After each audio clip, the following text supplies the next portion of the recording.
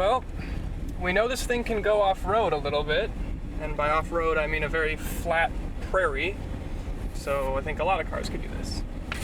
What's going on, you guys? My name is Matt and welcome to Downshift. Today I'm bringing you something a little bit different. It's a Chevy Tahoe, 7-seater, big SUV, but Chevrolet decided to plop their small block V8 that you can find in the Corvette under the hood. So today we're going to see if the Tahoe RST is really a Tahoe SS. Now, if you're like me, you're probably asking yourself, what is RST? Well, that's a good question, because it's Rally Sport Truck, which is a little funny because this thing is 5,800 pounds. That's almost 3 tons. Yeah, no V8 is gonna make you forget that this thing is 3 tons. The regular Tahoe is Chevrolet's cheapest and best-selling massive SUV. You can think about the Suburban. In contrast, that thing is just about a foot longer, but this thing is where all the sales are. Now, this thing isn't new for 2018, but the current generation is about an inch longer and wider than the previous, so you get a little bit more truck.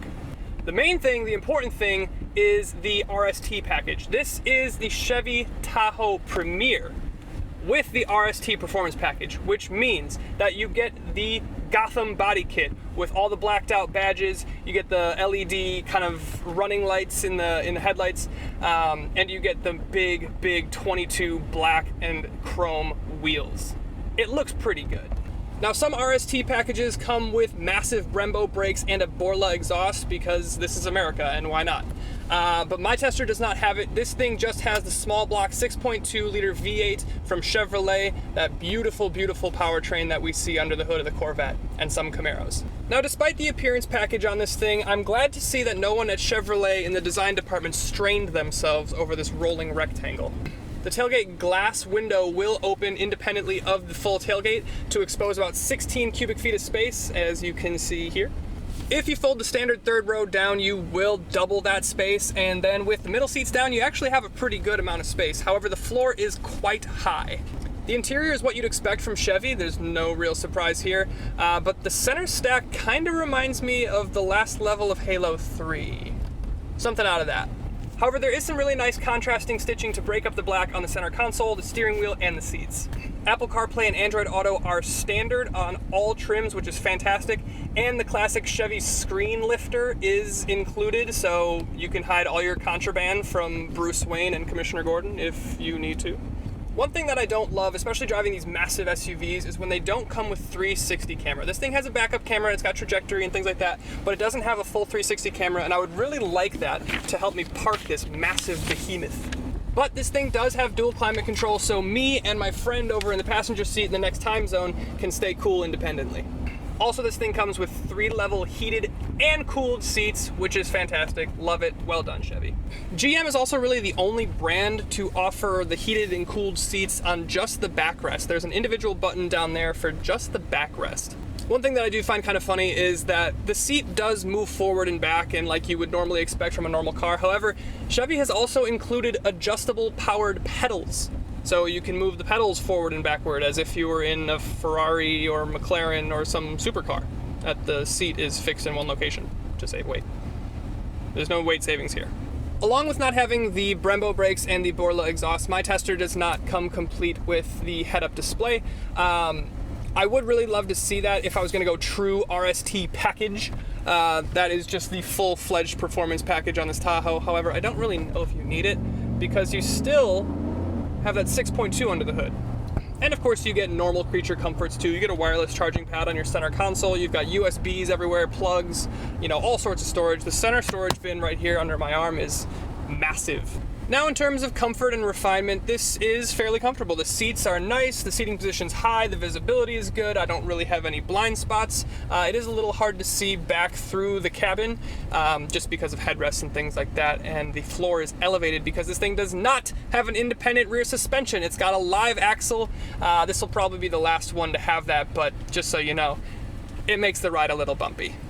Now, like I said, the comfort is good, and as I mentioned, the live axle kind of intrudes into the floor, raises the floor up in the cabin, which means that legroom is not necessarily the best in the second row, and my knees, I'm basically eating my knees in the third row. And now if you're thinking to yourself, Matt, well, I'll just get the Suburban, it's a foot longer, like you said. Well, go ahead, but you're not gonna get any more legroom because that extra foot is devoted to just the trunk. This thing actually has an incredible turning radius for how big it is. Oh my goodness. Now let's get to the point of this video and the part that makes this the family man's Corvette. That is how it drives, and the engine and suspension and things like that. So this is, like I said, Chevy's small block 6.2 liter V8, same engine that you find in some Camaros and the Chevy Corvette. It is extremely powerful. It's got 420 horsepower and 460 pound-feet of torque. It is extremely responsive, especially mated to this 10-speed automatic from GM. It's got overdrive, which I'm not really sure what that means. I think it really, honestly, it just holds the gears a little bit differently. The gearing is a little bit different. This also has cylinder deactivation because you're not driving like a Corvette all the time. Here we go.